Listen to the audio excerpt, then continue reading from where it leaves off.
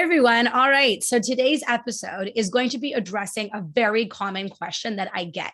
And the question is, how much crying is going to be involved with sleep training my baby? That's a really great question. And before we get into it, I first want to read a testimonial from a past client named Mayrev. And her testimonial is, Eva was amazing to work with. She was always so responsive, professional, and kind. Tremendous patience when teaching us how to implement her initial strategies and answering all of my big and little questions and the successive follow-ups. Her methods work beautifully and quickly and has improved my entire family's quality of life. I learned so much from her that I will be using for hopefully a very long time. Thank you, Eva. Thank you so much, Mara, for such a wonderful review.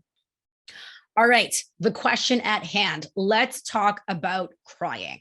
This is such a common question because let's be real, you are nervous about the crying, and I don't blame you. Nobody likes to hear their little one upset. But here's the truth. The truth is that when we are making changes to your little one's routines, they are going to cry simply because it's going to be different and unfamiliar to them. Right? Remember, humans are routine-based beings, and your baby, your toddler, your preschooler is no different.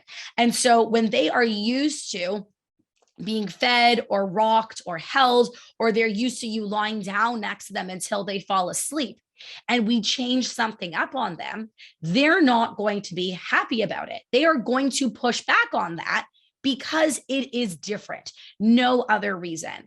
And so I want to assure you that part of this process does not need to involve leaving your little one alone for extended long periods of time if that is outside of your comfort zone. Cry it out is not the only option where you put your little one in their crib or bed and say goodnight and leave and not go in. That is not the only option. And I also want to assure you that waiting it out is not the only option either. Waiting it out, meaning you're just waiting for that magical day to arrive that your little one decides that they're ready to go to sleep. I want you to know that there is a very large happy medium here where we can support your little one through this process and intervene to some degree while they are crying so that they aren't going through this learning process alone. Generally speaking, with infants, it typically takes around 45 minutes or so for them to fall asleep on that first night. Some might take a little bit longer and some might take a little bit shorter. But I want to assure you that when we're talking about 45 minutes of crying, it does not need to involve leaving your little one alone and unsupported for that period of time. Because again, we don't have to be doing cry it out if that is outside of your comfort zone. In fact, the vast majority of people who work with me and join my Sleep Bible program have no interest in doing cry it out. And so there are many other approaches that can allow you to either be in the room with your little one the entire time or checking on them frequently enough that they can get support throughout that process. With a toddler and a preschooler, it obviously might take a little bit longer than that, given that they have mastered the art of the temper tantrum when they don't get what they want, right? And remember, what they want in this specific scenario is for their current routine to continue. What they need is for their routines to change, because let's remember that the reason why we're making these changes is because your little one's sleep routine isn't working anymore. And your baby, your toddler, your preschooler doesn't have the critical thinking skills to understand the difference between good change and bad change. All they know is this is different than what I'm used to, and I don't like it. I don't like it. I don't want it. I want things to be the same. But the good news is that humans are adaptable, and there is no reason why your little one can't give you huge changes and huge improvement within actually a very short period of time. When people ask me how long does the process usually take, we typically see massive improvements within a week, if not less than of beginning. And so this is not this long-term process that we need to be looking at here. This is something that when you begin can really make earth-shattering changes to your life in a very short period of time. So, look, I'm really glad that I have the opportunity to answer this question for all of you, because the truth is that when I'm thinking about this process, your little one's crying is actually not something that I'm worried about. You know what I'm worried about? I am worried about your mental health. I'm worried about your physical health and the effects that chronic sleep deprivation can have on you, on your well being, on your relationship with your partner, on your ability to enjoy being a mom in this adorable stage. I worry about you getting into a car having barely slept the night before. I'll be the first to admit that before I was sleep deprived, I had an almost perfect driving record. And suddenly, when my Eliana was waking me every 90 minutes all night long, I managed to smash both of my car mirrors off of my car within a 10-day period of time, where I kid you not, the first time I was backing my car out of my garage for the 10,000th time. I had backed in and out of that garage quite a bit, but I miscalculated how close I was to the edge of the garage. And then I smashed my left mirror off and then had to take it to the car shop to get it fixed.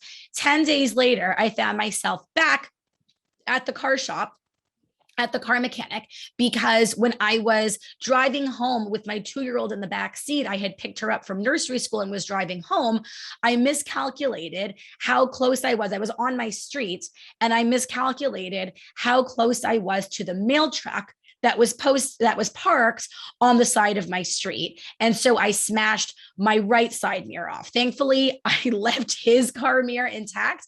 But the point I'm trying to make is that I suppose I should be really grateful that in the depths of my sleep deprivation, all that happened when I was behind the wheel was I smashed my car mirrors off. Because when you think about it, the reality is that we know that when we are behind the wheel of a car, chronically sleep deprived, it is the equivalent of driving drunk. It is inherently dangerous. And I was clearly not exempt from that. And so that is something that I worry about. I do not worry about this very short period of time that your little one is going to cry when you're in the thick of making these big necessary changes to your little one's sleep and your quality of life. Your mental health needs, maternal mental health here, friends, is crucial. It is a game changer. It's a non-negotiable.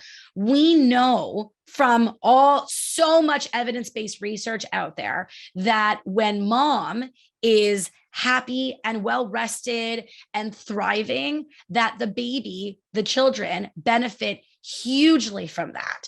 And of course, the opposite can be true. When we're sleep deprived, it means that we're not functioning at our best. It means that our bodies are literally in survival mode, just trying to get through the day without collapsing. It means that our mental health struggles are going to be majorly exacerbated, completely out of control sometimes when we're sleep deprived. It means that even if we don't have mental struggles on a day-to-day basis, now that we're chronically sleep deprived, we're going to feel like we are constantly struggling emotionally, because sleep deprivation can cause all kinds of symptoms that look and feel exactly like depression and anxiety. It is not a joke. Sleep deprivation is not a joke. Maternal mental health is massive. You benefit from sleeping. Your little one benefits from you sleeping, and everybody wins. Now, to address a very common follow-up question, is this process going to harm my baby? Is my little one going to lose trust in me? And the answer is an unequivocal no. Some of the studies that are quoted by people in the anti-sleep training world showing or arguing that sleep training can cause long-term effects are literally quoting studies that involve kids living in orphanages, kids living in foster care, kids who have unfortunately experienced what is coined long-term childhood stress. And the reality is that this very short period of time where we are sleep training your little one in a supportive, loving home does not fall into the category of long-term childhood stress. But again, if you need more convincing of that, please listen to either one or both of these podcasts. I think that they both do such an amazing job addressing this question from their own different angles and their areas of expertise. So if you ask me, the lifelong gift of sleep that you are giving your little one far outweighs the small amounts of difficulty and annoyance that the two of you might experience while your little one is going through the learning process, but it is 100% worthwhile. Now, it goes without saying that you obviously have to be ready, right? Some of you might be listening and thinking, you know what? My scenario is okay. I'm okay with my current situation. I don't really feel the need to make any changes.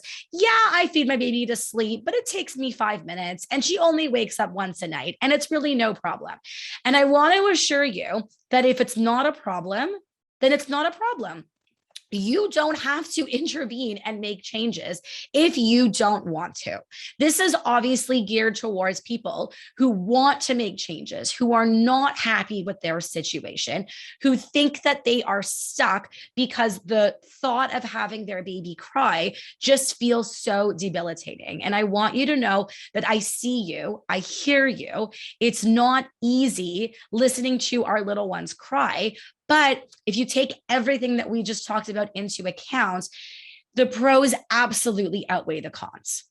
So to sum up, your little one will likely cry because we're making changes that they don't like. But when everything is done consistently and correctly, it should be on average about 45 minutes of crying for a baby, a little bit longer for a toddler. You can support your little one throughout the process. Remember that this is a short-term situation that is going to hugely improve your quality of life and your mental health, as well as your little one's overall well-being as well. So don't underestimate the importance of a proper night's sleep. And remember that we are giving your little one the lifelong gift of sleep that they're going to take with them forever. So I hope that this was helpful, everyone, and that you have a wonderful day. Take care.